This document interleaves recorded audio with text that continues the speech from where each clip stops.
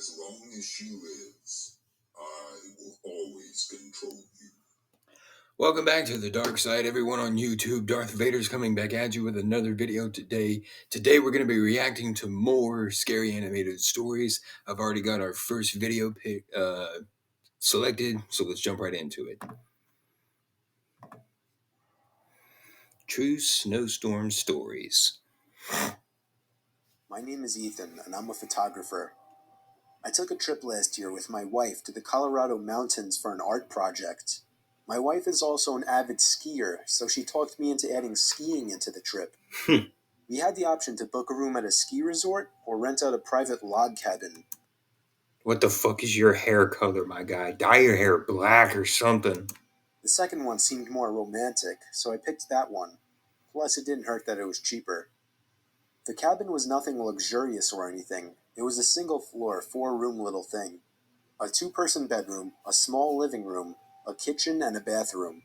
It may have been small, but the actual idea of being secluded in a warm log cabin during a blizzard was amazing. However, the storm was interfering with the cable signal, so we didn't have much to do this one particular evening. It was just starting to get dark out at this point, but there was still a decent amount of light outside, so I thought it would be perfect for getting a few shots and videos in the blizzard for backgrounds and wallpapers. I told my wife I'd be back within 10 minutes and slipped on my boots and coat. The moment I stepped outside and shut the door, I noticed footsteps leading up to the door in the snow that had blown under the wooden awning. Oh boy. I could see the prints doubled, as whoever left them there turned and went the opposite direction. I was freaked the fuck out, but I wasn't about to go inside and scare my wife. Well, no. I decided to give in to my curiosity and followed the prints to the right side of the cabin. Right away, I noticed that they led to the bedroom window. My heart froze in fear when I saw this. I could see my wife sitting on the bed using her iPad. She noticed me, and I waved. She laughed. I continued to follow the footprints around the cabin to the other side. They led to the living room window on the other side. Someone was stalking us, but how long ago was the question? I found myself standing there for a good minute asking myself if I should follow the footprints anymore. For whatever reason, I decided I would. Oh boy. They were now leading away from the cabin. I knew I was following the prints to where this person was going, not coming from, simply by the boot marks. I followed the prints away from the opening and into the trees. That was where I saw him. A man wearing a black coat facing a tree, slouched down looking at the ground. He was still as a statue. What the fuck's with those piling up on hands? his hood and shoulders. I froze in my tracks, trying not to make a sound. I would have thought to ask him if he needed help otherwise, but this guy was just standing there, not doing anything, like some kind of deranged freak. I started to gradually move backwards without even turning around, making sure this man didn't turn around or notice me. When I got at a visual distance, I turned around and stomped through the snow back to the cabin. When I slammed the door shut, my wife came over to see what was wrong. I saw worry in her eyes. I guess she saw the worry in mine. She knew I saw something, and after a few minutes of harassment, I finally told her what I saw. She immediately started packing her things, telling me we're leaving right away. I told her no, we're not going anywhere. I would not get a refund for leaving early, and I wasn't about to up and leave just because some weird guy was walking around outside. She made a point of locking both locks on the door and making sure all of the windows were sealed shut. For the rest of the night, we read stuff on our iPads. I reviewed the pictures and videos I had taken so far. Shit. We turned out the lights early, as there wasn't much else to do. What if he's still out there? I remember my wife asking me. There's no way he's still out there, I then assured her. You better fucking hope not. Listening to the wind blowing outside, along with the small flakes of snow hitting the windows, was strangely relaxing, and I knew I'd be able to fall asleep quickly. Except if it wasn't for... Nah, dude. Bedroom window. We were both still awake, and we both knew it was a knock from a person. I ushered my wife out of bed and out into the living room without turning on any lights. There was nothing to use as a weapon whatsoever. Our only option was to run before something might happen. I I told my wife we'd have to forget our luggage and make a dash for the Jeep. We slipped on our boots and coats in the dark in a matter of seconds, and when we heard a knock at the living room window from the opposite side of our car, we took that opportunity to run. I pressed the unlock button, so grateful I chose to have remote locks on my Wrangler, and we hopped in. The car started with ease, and as soon as the headlights flashed on, the man was standing facing the log cabin on our side now. Not a window, just facing the wall of the cabin in the same position I had seen him in earlier, as if he were hiding his face. What the fuck? We drove to the nearby ski resort without much trouble in the Jeep. We stayed there for the night and went back the next day to the log cabin to collect our things we left behind. He wasn't there. Well, alright then.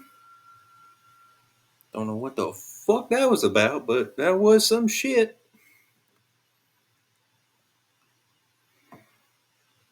What I don't want to know is what the fuck was the deal with the hands, bro? Alright, next story. Fishing story.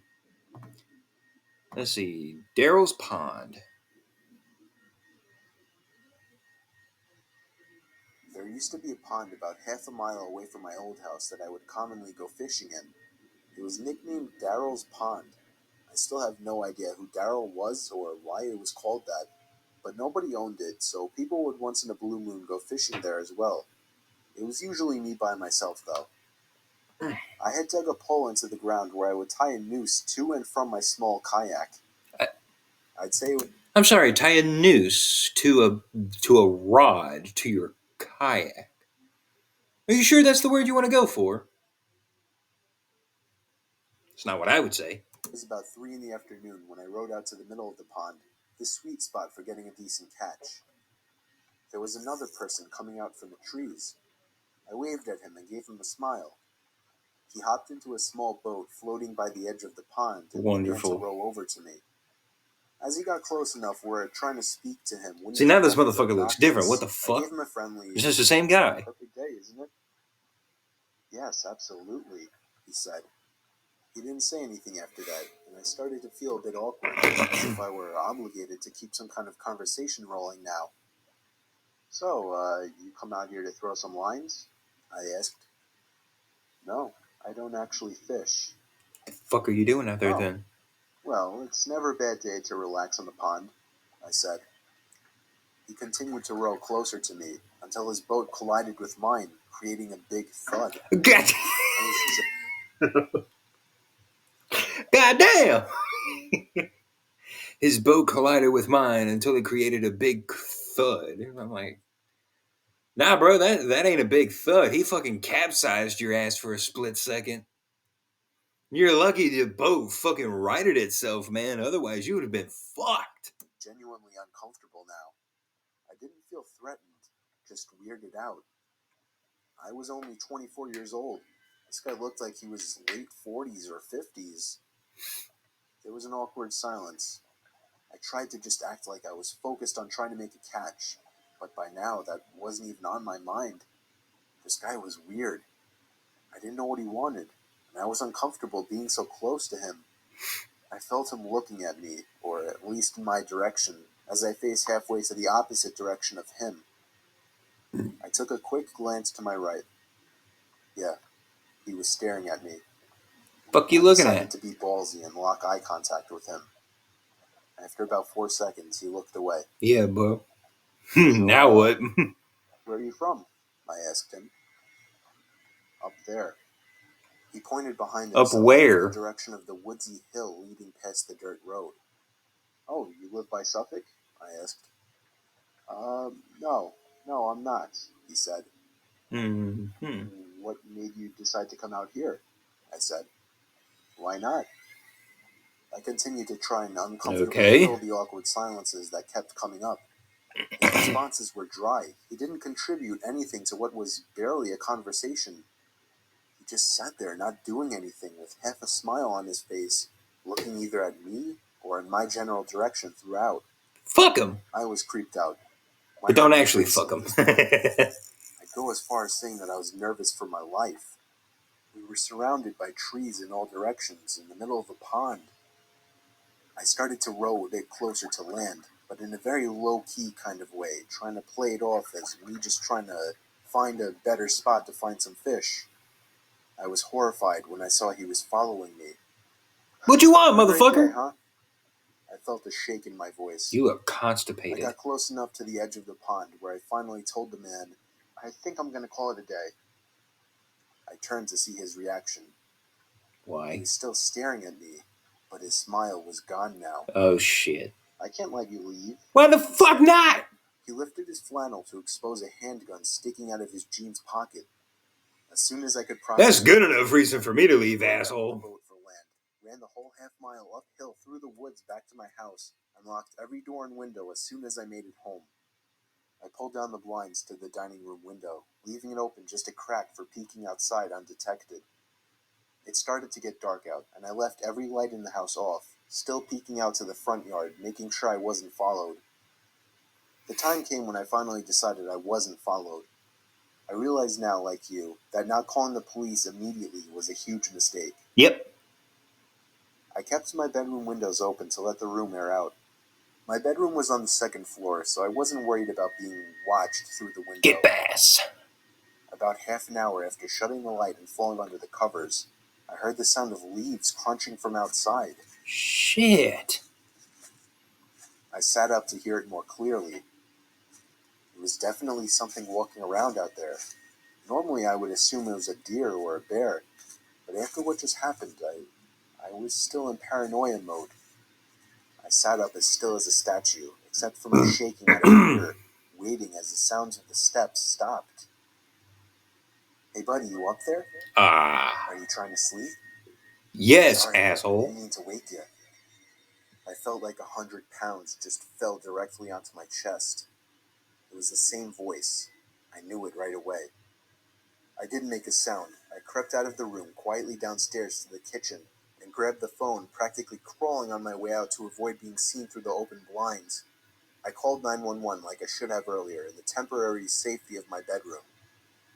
I made sure to whisper into the phone, as I was still hoping that he hadn't yet heard or spotted me.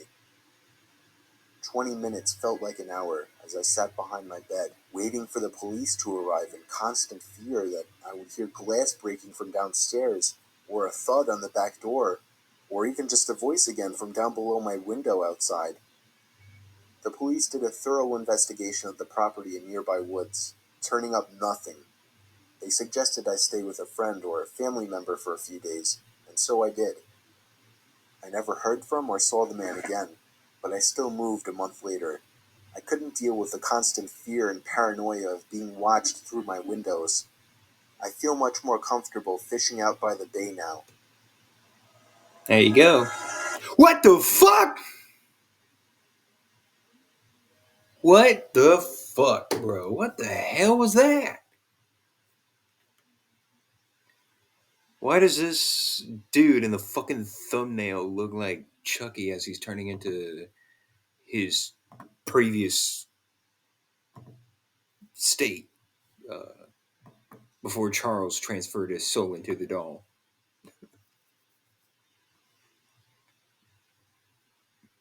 Uh,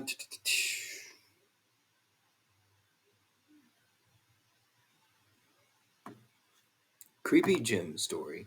Before we get into the story, has this ever happened to you? Damn, I'm just binging videos all day watching YouTubers. I want to start my own channel, but I don't know how to edit. Well, have you heard Nah, I don't fucking talk like that at all. of Filmora 10, the easy-to-use, powerful video editing software with tons of preset templates where anyone can learn to edit in like 10 minutes? No.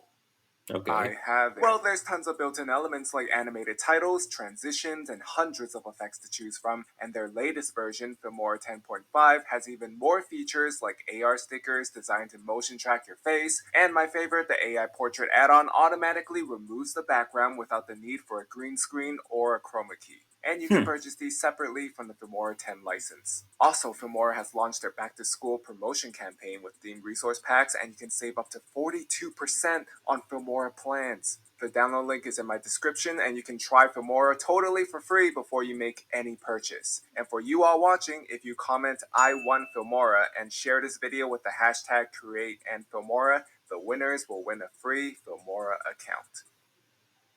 Wish I heard about this I made sooner. it my resolution earlier this year to get back in shape. Unfortunately, I've had to work crazy hours, and by the time I get off work, the gyms are already closed. That changed when I was driving home at night and saw a gym sign saying, now open 24/7.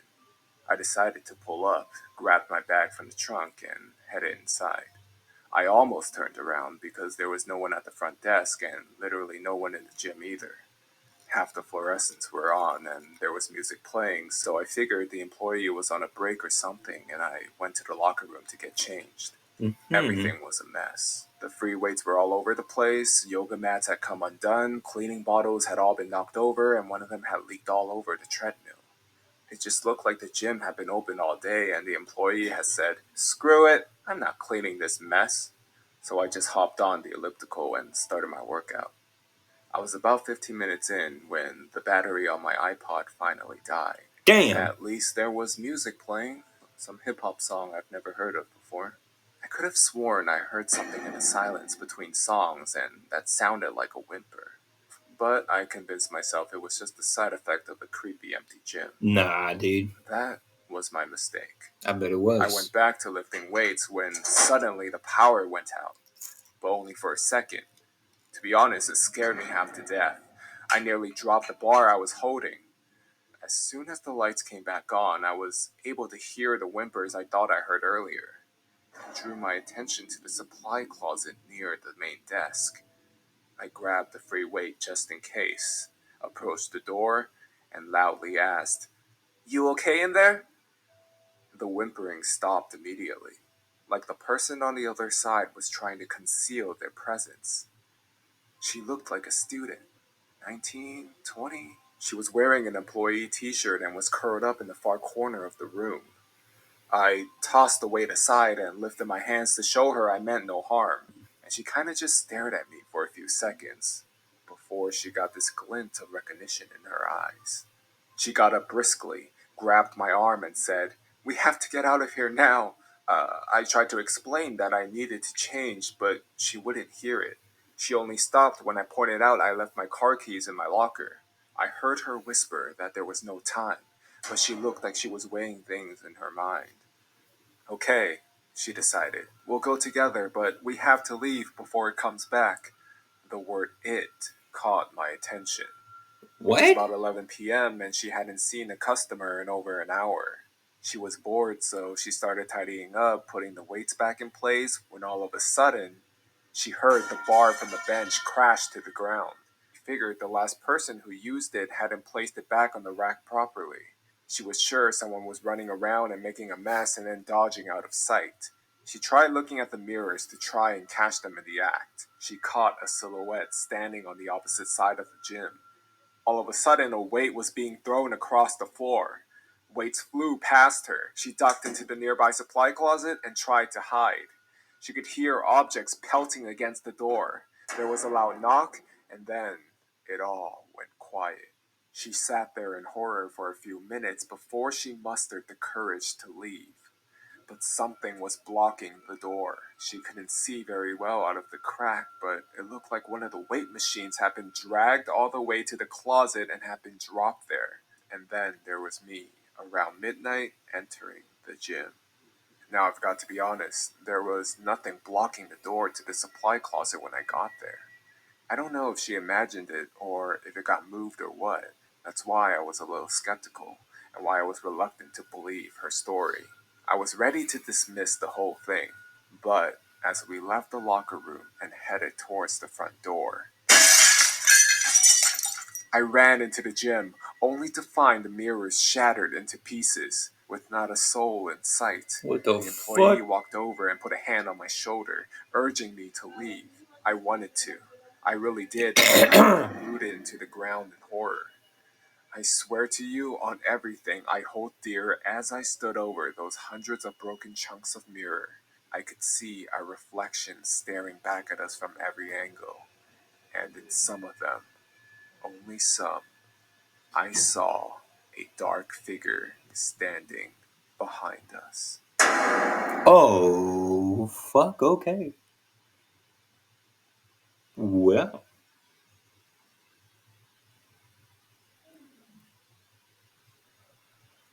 that was unexpected. Um,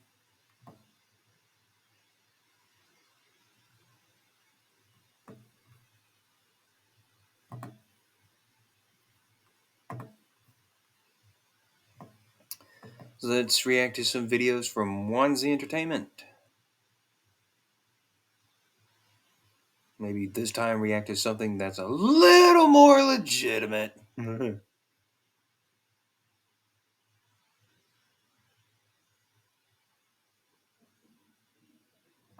um, Man in the Alley.